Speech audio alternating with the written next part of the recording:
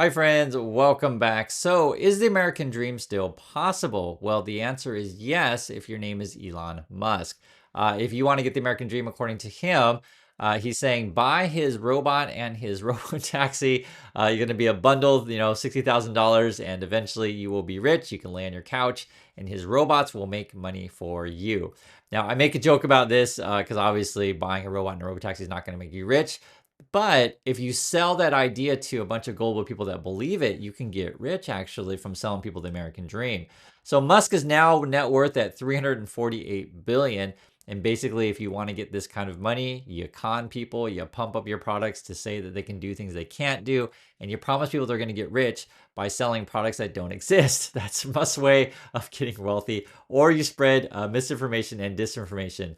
Unfortunately, this kind of way of getting the American dream could be getting worse. Now it's being floated as is he going to buy MSNBC? If you don't know, Fox News tends to be the more Republican, MSNBC tends to be more Democrat, and so could Musk end up buying, maybe buys Fox News too? Who knows? But could he end up be buying MSNBC? Donald Trump Jr. was floating the idea. Elon Musk said, "How much does it cost?" It started out as a joke with Twitter, if you remember this stuff. Could MSNBC start as a joke and then Elon Musk says, "Hey, I got 348 billion sitting around. Why not? Let's see if we can get to MSNBC." So there's that. The other thing too that Elon Musk is selling you that you can get the American dream is by firing a bunch of federal workers. That'll essentially free you, give you the freedom to get the American dream. From Musk's point of view, cut regulations, fire workers. That's how you get rich. I want to go over this because there was some interesting data coming out of YouGov today asking sort of regular people, not Elon Musk, how to get rich. And I'll just tell you, buying his robots and buying his car is going to make him rich, not you rich. But if you sell people the dream, they'll fall for it. According to regular people, though, these are top 5 barriers of what's blocking you from getting the American dream today. Number 1 was cost of living. Number 2 was housing costs. Number 3 was corruption. Number 4 was healthcare costs. And number 5 was taxation. And everyone's going to have a different point of view on this depending on your particular situation. And again, the question is, what's blocking you from getting the American dream? In my opinion, I think housing costs are crazy, crazy expensive.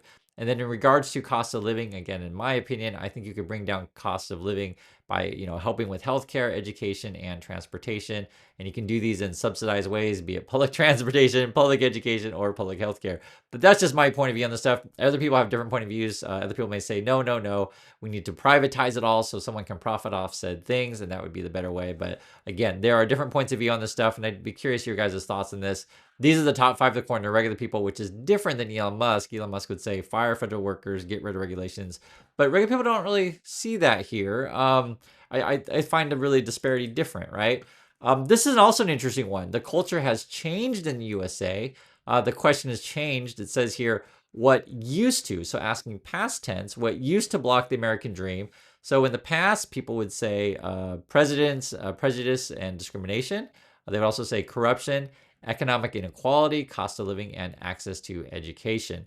What's interesting was I was thinking about number 5 here, and I'd be curious your guys' thoughts on these other ones. Like if you think, there's no longer discrimination in U.S. society, or you think, there's less corruption, who knows? But access to education, I thought was an interesting one because, these days you guys can just watch my channel on YouTube and literally we just talk about all this kind of stuff and you can learn kind of things. Just as my channel, but there are lots of other channels there. If you want to learn about gardening, learn about auto repair, you want to learn about video games, whatever you want to learn, there's all sorts of stuff on YouTube out there. So access to education is a different way of thinking about it these days. So it's no longer, for many people maybe considered it can be a barrier. But this is some of the stuff that people said that used to be. I bring up the federal worker thing because it has been a big subject that he's brought up, that if you fire those people, suddenly your life will be better. I was looking at this. This is actually an interesting thing out of Bloomberg. And there was a guy named Justin Fox who put this stuff together. This is from the U.S. Bureau of Labor Statistics, and was looking at, okay, is it true that suddenly we have all these federal workers that we need to fire, etc. This was showing the levels of employment, federal employment throughout from 1939 to present, and you can see it hasn't like increased by oodles and bounds. So this idea that suddenly we have like this massive government, I mean, at least, this is according to, the amount of people who are employed, right? And then you can see the blue workers is civilian federal workers. Then you have your postal service there as well. This is also because you have to remember the U.S. population has increased, right? So you have to take that in consideration. This is an interesting one. This is actually looking at, because again, Musk is saying fire federal employees, your life will be better, you'll get the American dream. So non-postal service civilian federal employees as a percentage of non-farm payroll employment, right? So people who work for the government has actually been going down now, percentage wise. Now, what's interesting about this, I was thinking about this is, and this is something that is kind of similar to military or any of these kind of jobs is if you yourself aren't working, say, in the military or federal government, and someone says, hey, your problem is these other group of people, but you don't have any exposure yourself to these group of people, then you actually don't know. And point being is that not many people are actually employed with the government as Musk seems to think it is. These are just percentages, right? So it's like less than 2%. And I'd be curious how many people out there watching this channel are employed with the government. I'm just curious because someone yesterday wrote in the comments that they work at the VA, and I can't speak to everyone who watches the channel. Where you work. Are you in private sector, public sector, etc.? But I'd like to hear your thoughts on that. Also, this was an interesting chart that this is also again from the U.S. Bureau of Labor Statistics, because again, from Musk's point of view, all those federal employees are getting in the way. You need to fire them all, right? This is sort of the growth of hiring, I guess. So it's saying here, local payrolls have gone up, right? State and local governments have been driving job growth, government share of total growth in non-farm payroll employment. And this is just the last, a decade or last couple of years. You can see the charts in that, but basically you can see it's a lot of local government. Also, this is an interesting one as well. Where does the spending, go in the government? Does it go to, all the employees that I guess supposedly are taking all your money? According to this, so this is the budget, right? So the civilian federal employees is that little black bar right there. That's 271 billion. The military personnel is 166 billion, and then you got all the other spending at 5.8 trillion. So firing a bunch of employees isn't necessarily going to get you to massive cost savings in the government, and may have a lot of repercussions that you may not like. So meaning that certain government services that you need may cease to function or be really really slow or even worse because people are then like if you cut half the employees in a particular department, people in that said department that remain will have to do more and more work, so it can get more sloppy and all sorts of things, right? I'm sure you guys get this kind of point of view. This is also where because remember Musk is saying you're all going to be rich if we just fire all the government employees. This is where they work, so it's actually really interesting. So this is where federal workers work, and you can see most of these jobs. It says about 60% of the federal jobs are defense related. So that's actually your biggest part of the government is defense. And it was funny. There was a quote here, and I hadn't heard it before. If you guys even heard it, but they're saying the way to think about the U.S. government today is it's an insurance company with an army, which is funny because the basic gist of it is like much of what the government does these days is essentially like VA stuff, Social Security stuff, Medicaid stuff, that kind of thing, or VA stuff. And if you think of that as insurance, and then you also add in the army, that's essentially what our government does. Like mostly, there are other functions, but I'm saying that that's like the majority of our budget. And when you see it in here, it becomes really obvious. And then like the post office is actually a big part of the government too, which I don't think Musk has been proposing cutting postal service, but who knows from his point of view if he wants to privatize it.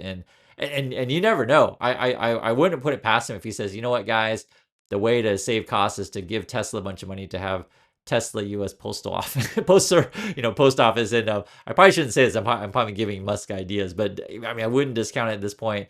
Maybe then we'll have robots do our postal jobs and fire all the postal people. Veterans Affairs also a pretty big, job in terms of hiring people, Homeland Security, Justice, Treasury. You guys can see the numbers for yourself.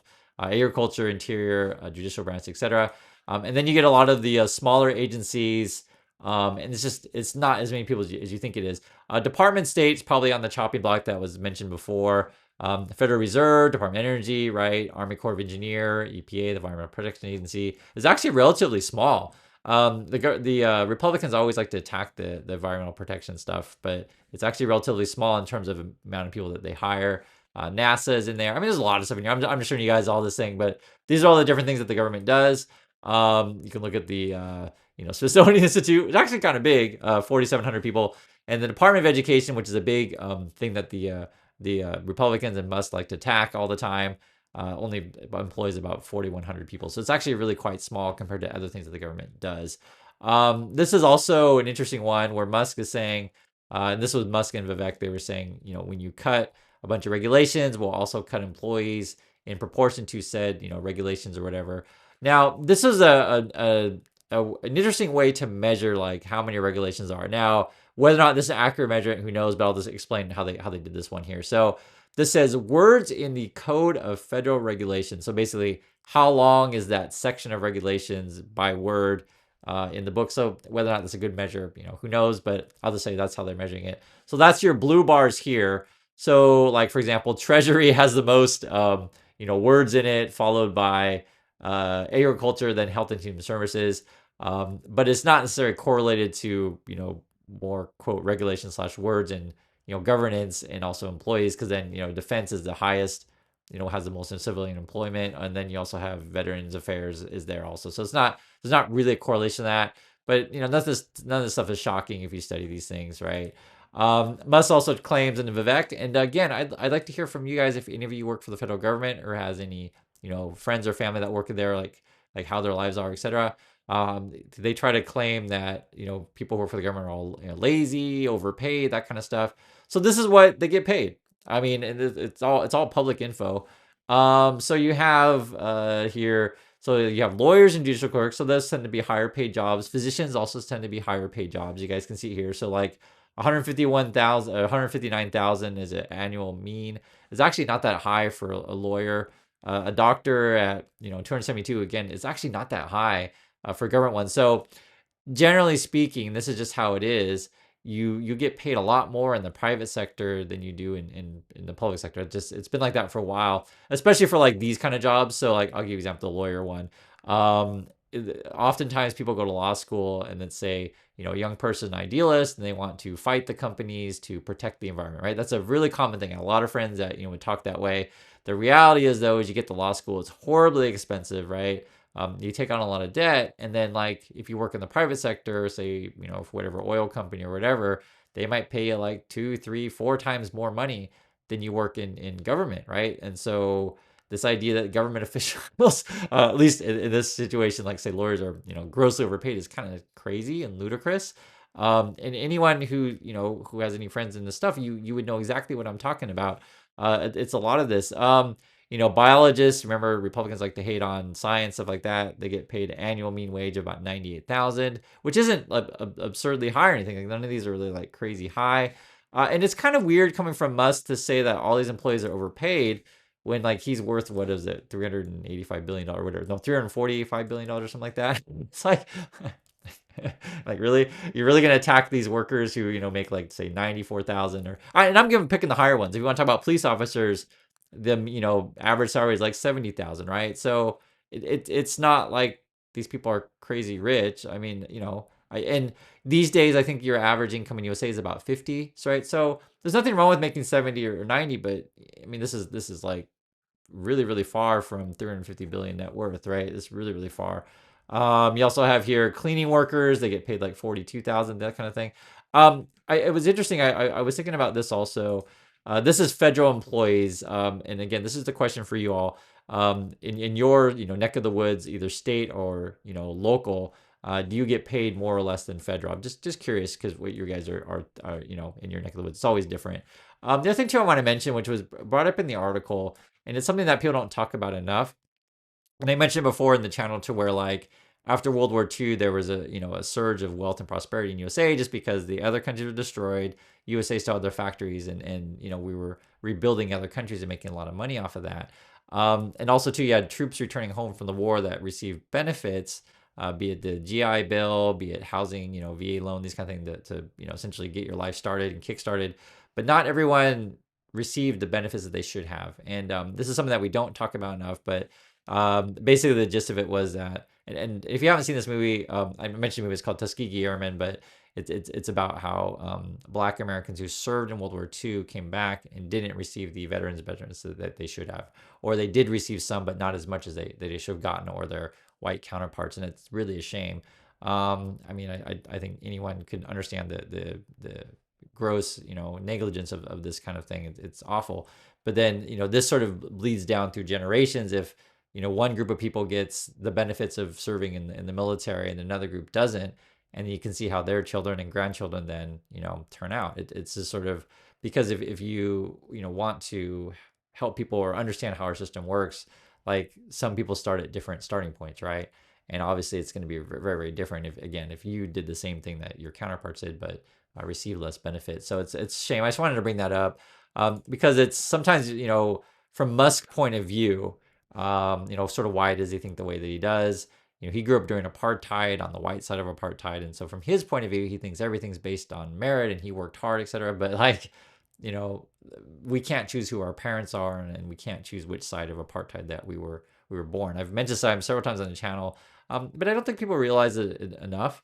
And it's something that you have to bring up. Now, it doesn't mean that if you're born on, say, the poorer side of whatever system, it doesn't mean you can't be successful, but you have to acknowledge that there are barriers for some people, and these are generational.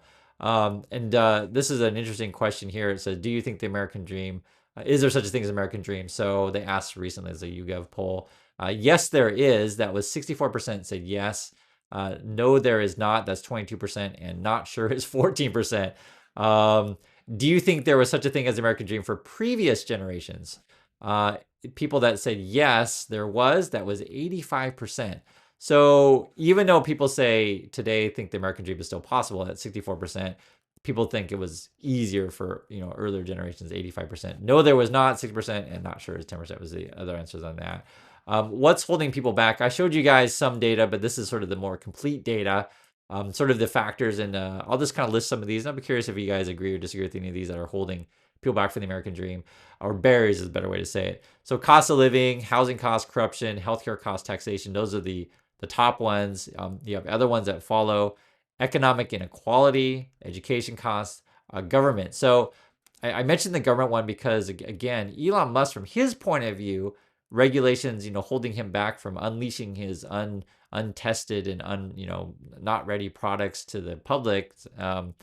For him, government is a big one, but for regular people, I don't think regular people would think that. But I mean, literally, you see it in the data here, and how many regular people actually think that. But if Elon Musk is able to buy MSNBC, buy Twitter, and start convincing people to his point of view, maybe he gets people thinking about that. Crime is also further down the list, and this is something that the Musk people try to talk about all the time, is all the criminals are going to hurt you, and that's what's holding you back. Prejudice, discrimination, addiction is also on the list. But again, these are lower. I'm just showing you guys different ones. Immigration, some people, 33%, say that's holding them back. Democratic policies, right? So blame the Democrats. That's another group of people. It's actually the same numbers as immigration. Is kind of funny, 33, 32%. Americans' worth ethic, which a lot of people don't talk about. So I guess that would be like, people aren't working hard enough. That's holding you back. Access to jobs, Americans' own choices. So that'd be individual responsibility, I guess, another way to probably rephrase that. Corporations are holding you down. Access to education, Republican policies. So then this situation would mean that Democrats blame Republicans less. Whereas Republicans blame Democrats more. It's kind of funny. You look at these numbers here. Regulation, that's the number one for Elon Musk, but for regular people, it's just not an issue. But again, if you own a social media platform, you can push that. Capitalism is also low on the list, and then not sure. So these are actually really, really interesting things to think about, and that's why I propose it to you. I'm showing you what other people think. What do you think is holding you back from the American dream? This was an interesting one, a quote from just get to hear other people's opinion, not just mine, of what they think American dream is. This is someone, I think they're living in Boston. This person says, my version of success is being able to live comfortably with a reasonable amount of excess so that you don't worry about making ends meet. Not being a baller and having tons of money, but enough that you can do extra things with your life. And this person then says also too, they're in Boston, so they would say he'd have to earn between 150 to 200,000 a year to achieve that sort of goal. And this is he's saying here the income in, I guess, median income in Massachusetts is about 100K. So sometimes when you show salaries of like federal employees or these kind of people, there may be people in the middle of the country say, oh my God, look how overpaid they are, et cetera. But it's different. You can't quite compare that because the cost of living is so much higher in a place like a Boston or an LA or New York that yes, your salaries are going to be higher in Boston, LA, or New York, or whatever.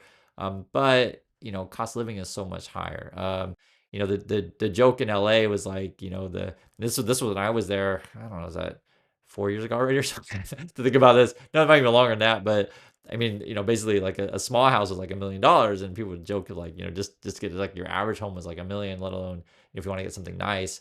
And it's frankly really really expensive in these big cities, and so one of the things that people obviously are doing these days is you work from home, you move to a less expensive city, etc. But housing costs are going up everywhere, so that is certainly a big concern, in my opinion. So then I agree with this person. He's not this person's not even talking about being a baller, as the phrase that he uses, talking about just being able to live comfortably and not have to worry. And this is sort of goes back to I talk about this a lot because you guys know we're in Korea, and I think for us the big one, because as we get older, healthcare costs is a real serious concern when you get older, and when you have a system in place to where like it's just not a worry, everything changes in your life. So that's why I always talk about that. I wish the American system would go to more something like that. I understand in the USA there's a lot of people against making healthcare affordable, but I personally think that's crazy. But you guys do you. Because for me, you guys may not know this, I've shared before on the channel, but both my parents died from cancer, and I have a sibling now that has cancer right now. So that's actually a very serious concern in just my family and my own genetic situation. So coming here to Korea, I have insurance that covers cancer basically. It's really affordable. I've told you guys before. It's like basically like I think we pay like $100 a month or something like that, and that's like covers the maximum coverage and even cancer stuff. I don't even know if you could get that kind of insurance in USA. It's really really different, and even just your basic health insurance here in Korea is very very affordable. I don't know, $50 or whatever, and even if you don't have insurance, there's a lot of things that are still very very subsidized here that just makes it affordable. So that for me, that basic thing right there, that's health insurance, let alone transportation, where we take the subway, we can go anywhere in the city for basically $1. uh, like those two things alone make everything else like melt away, in terms of costs. And also in Korea, just tell you guys how different life is here. I think it's 65. I want to say when you're over 65, transportation's free actually. So they've actually talking about been changing that, because we've now the same with every country in the world. We have too many older people, so it becomes kind of expensive if you give all these people free transit. But it is a real benefit for elderly people, right? You guys know this, as you get older, your income is fixed, right? And so you have to control your costs. But if you can remove transportation as a cost, it is and healthcare, then suddenly everything else is a lot easier. That doesn't make to say that your life is suddenly risk free, worry free, but it definitely removes a lot of burdens. And so I wish the Americans would go to more of that kind of system. And then there's still going to be differences in society. Of course, there's still going to be rich and poor, but some things like that I think benefits a lot of people, be it public transit or healthcare. And that's why I always mention those two things, because it's really obvious when we live here, when we can sort of see this kind of stuff. So like if someone's complaining that they can't buy a Lambo, I think frankly that's ridiculous, right? That would be the baller lifestyle. But if say someone's complaining that they can't afford to go to the doctor because their kid is sick, I find that a travesty, right? And I think it's a real problem. One thing I would say also too, which is a big part of keeping people healthy and costs down, is access to quality food. And I think that's something. So like I said, regarding the RFK stuff, not everything I agree with him, but in terms of like just hey, eat more healthy and give Americans access to food, I think that is a big concern, and something that you'll see here, which I mention all the time, but it's hard until you guys actually experience for yourself. We just eat better food. It just, there's no way to put it. There's just better food, not that much processed stuff, a lot of vegetables and healthy fruits, meats, etc. And we just don't really eat processed food that often. So those kind of things will sort of keep your other costs down. But then even if we do get sick, we're just not worried. And so it's a very, very different system here. So I just wanted to share this thoughts, and just because people say sometimes like, so what does that mean for you? It just means that there are other ways to live. That's the one way to put it. In the American situation, though, let's say your healthcare situation never improves, and you have to pay ludicrous costs forever. Frankly, there's more onus is on you to save, and it's just the reality. So I mention all the time in the channel, just don't count on Social Security, don't count on American healthcare costs ever coming down. You got to save for yourself. And so unfortunately that's just how it is, and it'll probably go up in the future. I have no doubt, because it's just a profitable thing for many companies to make money off of healthcare and transportation, whatever. And that's why the Elon Musk thing is kind of a joke. To where, in my opinion, this transportation should be more publicly based, etc., or get more people walking and build safer bicycle cities, right? It's a real, right? If you make your city to be safer for bicycles, it's a lot easier to bike. It makes it more pleasant. The cities are designed for bikes, and you're more healthy, etc. But Musk is trying to sell you this world of using to sit on the couch all day, get fat, etc. And but basically he's profiting off of selling you the bogus American dream. Not that American dream is impossible, but his version of American dream is impossible, of the having robots and cars do all the work for you. So I hope you guys understand the point of this and why we talk about these things. And I want to hear your thoughts. So I do appreciate your time, and catch you on the next video.